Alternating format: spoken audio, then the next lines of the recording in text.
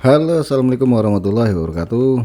Kalau mau ngerakit PC baru, mending ngambil spek yang kekinian, ya nggak sih? Karena secara support driver ataupun buat upgrade ke depannya, ini masih sangat luas ya dibandingkan yang udah mulai ditinggalkan. Dan konten ini nggak omon-omon ya.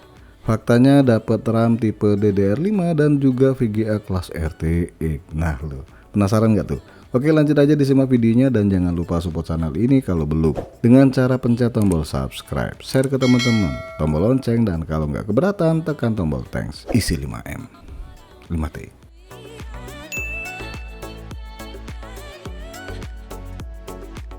Sekarang kita langsung aja bahas partnya satu persatu dan kali ini saya ngambil referensinya dari toko Oren ya, yang mana ngambil versi mobile karena katanya lebih murah ya daripada yang kita lihat di PC desktop. So kalau seandainya ternyata beda harga ya berarti beda diskon kali ya. Atau coba-coba cari tempat lain yang harganya bisa pas. Intel Core i3 12100F versi Tray. Harga baru prosesor ini hanya Rp765.000. Walah, udah murah banget sekarang ya. Dan prosesor ini udah 4 core 8 thread dengan kecepatan 3,3 GHz dan naik otomatis jadi 4,3 GHz kalau dibutuhkan. Nah, karena versi Tray ya jadi wajib beli cooler tambahan. Biasanya versi Tray ini garansinya cuma 1 tahun ya, tapi ada juga yang 3 tahun.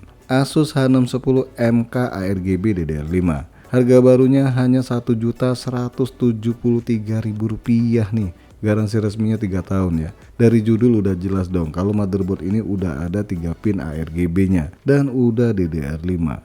Cakep nggak tuh? Harga murah tapi udah kekinian. Untuk slot VGA sendiri udah PCIe Gen 4.0 ya, tapi kalau NVMe masih di Gen 3.0. Nah, motherboard ini sendiri udah support Intel dari Gen 12 hingga Gen 14. RAM maksimal yang bisa dipasang itu dengan kapasitas 96GB DDR5 ya, kecepatan 5600 mHz. So kedepannya masih ada peluang upgrade kalau sekiranya spek yang sekarang itu udah berasa kurang. Tim Elite Plus 16GB DDR5 5600 mHz, konfigurasi dual channel. Harga barunya hanya Rp640.000, garansinya lifetime. Wih, udah mendekati harga RAM DDR4 ya untuk harga barunya dengan kecepatan lebih baik dan pastinya umur yang lebih panjang. Adata Legend 710 512GB Gen 3.0, harga barunya Rp465.000. Nah, kalau nggak salah garansi resminya cuma 3 tahun ya. Genwood RTX 3050 6GB DDR6 single fan, harga barunya Rp2.855.000. Garansi resminya saya lupa ya, 2 tahun atau 3 tahun sih ya. Awalnya mau ngambil colorful ya versi dual fan, kosong, adanya ini. Ya udah deh, yang penting RTX. Cube Gaming Tone White, harga barunya hanya Rp378.000. Dan casing ini udah kasih 2 kipas ARGB ya, walaupun sistem ARGB-nya itu rada ngeselin ya, karena samaan dengan Cube Gaming Epiom yang pernah saya coba waktu itu. Deepcool Gamestrom PF500X 80 plus bronze, harga barunya hanya Rp450.000 nih, garansi resminya 3 tahun kalau nggak salah ya. Cube Gaming Strom V2 ARGB, harga barunya di Rp234.000 dan cooler ini udah pernah saya bahas di video sebelumnya yang mana rada ngeselin sih untuk cooler model ginian, tapi ya udahlah, semua udah terjadi.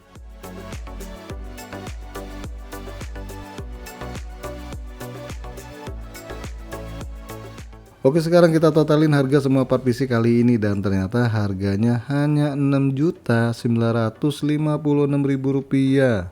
Wow, udah murah banget gak tuh? Karena udah dapet RAM DDR5 sama VGA Nvidia RTX. Tapi ini nggak termasuk biaya pasang ya dan ongkos kirim. Jadi ini hitungan harga part PC-nya doang. Kalau nggak bisa ngerakit sendiri ya tinggal minta bantuan teman. Ya kasih aja rokok sebatang. Ya enggak sih, lebih. Lanjut, silakan kalian lihat aja video rakit PC-nya. Kalau sekiranya ada yang kurang mengerti silakan kalian tinggalkan di kolom komentar.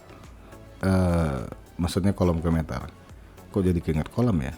Untuk settingan di BIOS nggak ada yang diatur ya. Bahkan XMP-nya ini nggak diaktifkan. Kalau diaktifkan juga percuma karena prosesornya nggak support RAM kecepatan 5600. Jadi berjalan secara default ya.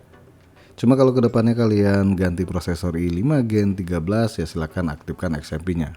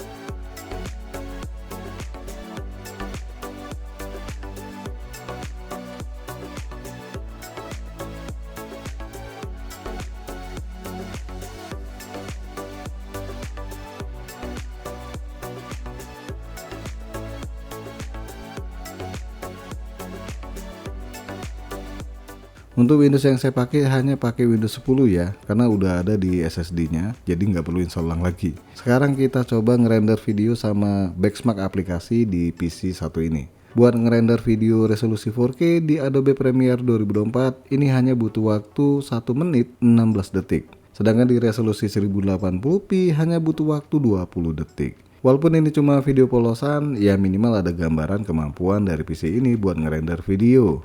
Hasilnya ya cukup baik ya.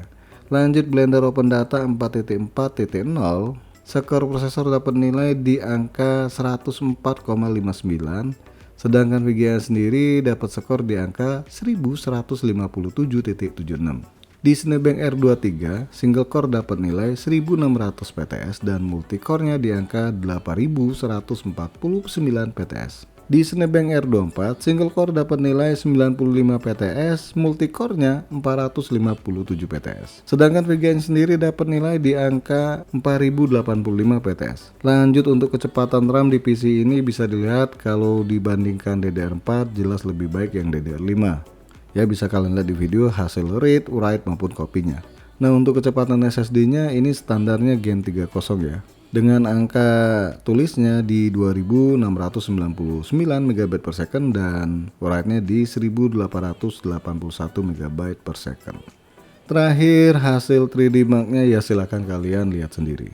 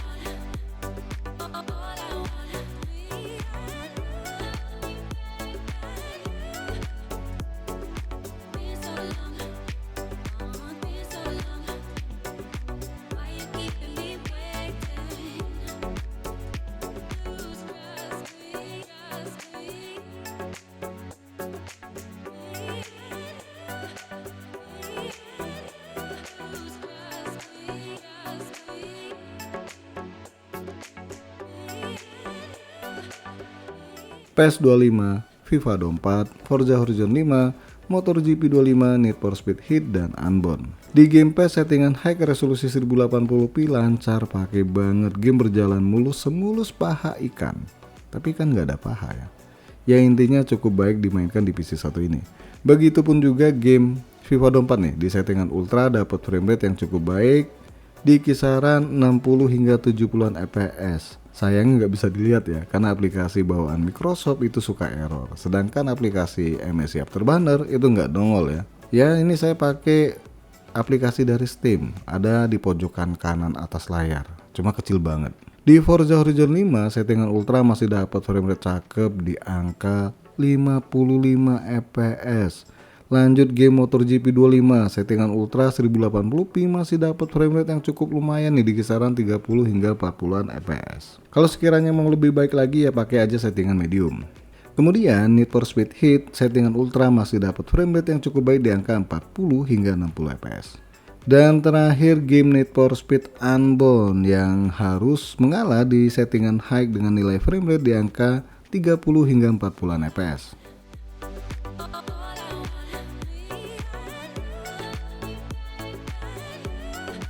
Assassin's Creed Valhalla, Mirage, Far Cry 6, Monster Hunter Wilds, Watch Dogs Legion, dan Wukong.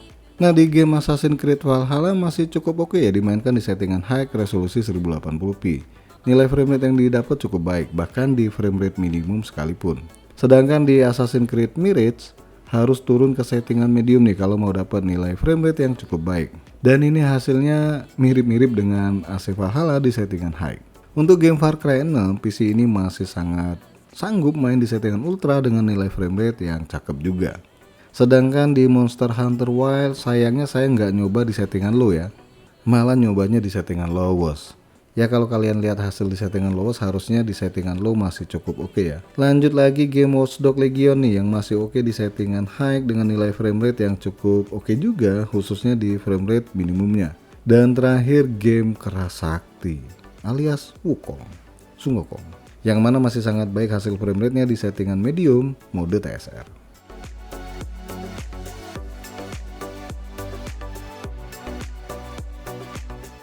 Counter-Strike 2, Marvel Rival, PUBG, The Final, dan Valorant. Untuk game Delta Force absen ya di PC ini. Kalau nggak salah waktu itu mau tes, gamenya update dan nggak keburu ngetes lagi. Tapi harusnya masih cukup oke dimainkan di PC ini ya. Di game Counter-Strike 2 ini settingan very high masih dapat frame rate di kisaran 60 hingga 80 fps. Hasilnya ada di pojok atas layar. Dan bakal tembus 100 fps ya kalau di settingan low. Untuk game Marvel Rival ini terpaksa main di settingan medium aja ya. Karena kalau in game untuk ngerubah settingannya itu nggak terlalu ngefek atau mendapatkan hasil yang lebih baik. Di settingan medium PC ini masih dapat frame rate cakep di kisaran 30 hingga 50 fps. So kebayangkan kalau settingan low atau malah pakai FSR, pastinya nilai frame rate-nya lebih baik. Untuk game PUBG di settingan ultra masih dapat frame rate di kisaran 50 hingga 70 fps. Sedangkan kalau very low dapat frame rate di atas 100 fps.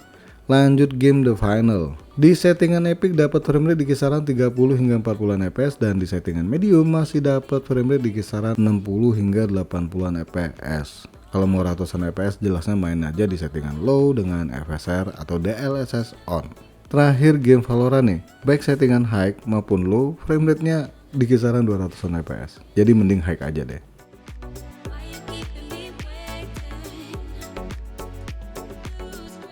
Alan Wake 2, God of War Ragnarok, Ghost of Tsushima, Horizon Forbidden West, Resident Evil 4 Remake, Spider-Man 2, dan The Last of Us 2. Nah ternyata RTX 3050 ini masih cukup oke buat memainkan game Alan Wake 2. Ya biarpun settingan low. Ini low banget ya, alias rata kiri. Dengan frame rate yang pas-pasan juga sih di angka 30 fps. Tapi ya mendingan daripada di bawah 30 fps. Kemudian di game God of War series, baik versi pertama maupun Ragnarok, mainnya di settingan high dan hasil frame rate-nya nggak beda jauh ya di kisaran 40-an fps. Untuk game Ghost of Tsushima, paling enak main di settingan medium. Walaupun tanpa bantuan FSR, hasil frame rate-nya cukup lumayan di kisaran 40-an fps. Begitupun juga dengan game Horizon Forbidden West yang masih oke di settingan medium, dengan nilai frame rate di kisaran 40-an fps juga. Kalau seandainya mengaktifkan FSR-nya jelas dapat nilai yang lebih baik. Lanjut lagi game Resident Evil 4 Remake. Saya cuma nyoba di preset ray tracing ya, hasilnya cukup lumayan di kisaran 30 hingga 40 fps. Di game Spider-Man 2 settingan medium dan dibantu DLSS hasilnya cukup lumayan di kisaran 30 hingga 40 fps. Dan terakhir game The Last of Us 2 yang mana dapat nilai frame rate di kisaran 30 hingga 40 fps settingan high. Untuk versi yang pertama saya nggak nyoba ya karena loadingnya lama banget.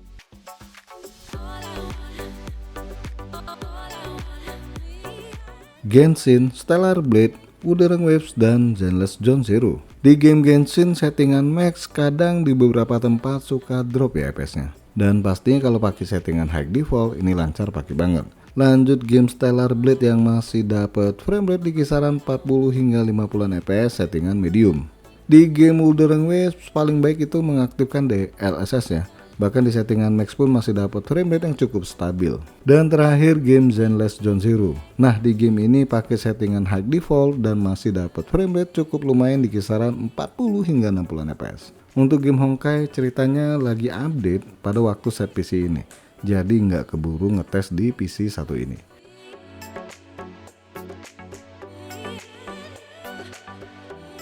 Lanjut kita lihat sedotan daya listrik PC yang tergolong irit daya ini. Tapi kita lihat dulu ya suhu yang dihasilkan baik prosesor maupun VGA ketika gaming maupun editing. Untuk suhu prosesor masih cukup adem karena tertingginya hanya di angka 68 derajat Celcius. Sedangkan suhu VGA sendiri cukup adem juga ya. Tertingginya hanya di angka 67 derajat Celcius. Waduh, ini saling bersaing nih antara prosesor sama VGA. Ya biar kata cuma single fan tapi tetap bisa mendinginkan suhu GPU-nya. Sedangkan sedotan daya listrik dari VGA ini kalau lihat di GPU Z, board power draw-nya di angka 77 watt. Dan untuk GPU chip power draw-nya di angka 53 watt. Lantas berapa nih sedotan daya listrik PC-nya? Nah kalau di wattmeter pas loading game ini bisa tembus di 170-an watt. Dan rata-rata buat gaming ini di kisaran 160-an watt. Jatuhnya sedotan daya PC ini setara dengan sedotan daya laptop gaming yang harganya di kisaran 13 jutaan. Wow, irit dong. Ya biar kata irit, tapi masih oke buat gaming walaupun nggak bisa maksa di settingan ultra di semua game. Kedepannya kalian masih bisa upgrade prosesor ke Intel Core i5 Gen 13 ya. RAM-nya jadi 32GB DDR5. Dan VGA-nya naik lagi ke Nvidia RTX 5060 tanpa harus ganti motherboard dan juga power supply. Ya walaupun sebenarnya RTX 5060 itu butuh PCIe Gen 50, tapi harusnya di Gen 40 itu nggak terlalu jauh bedanya. Dan jadilah PC gaming yang ganteng, tapi tetap main di resolusi 1080p ya. Oke guys, sampai di sini aja dulu bahasan PC gaming DDR5 dan RT kali ini. Jangan lupa support terus channel ini dengan cara subscribe, like, dan share. Makasih sudah mampir di NK Channel.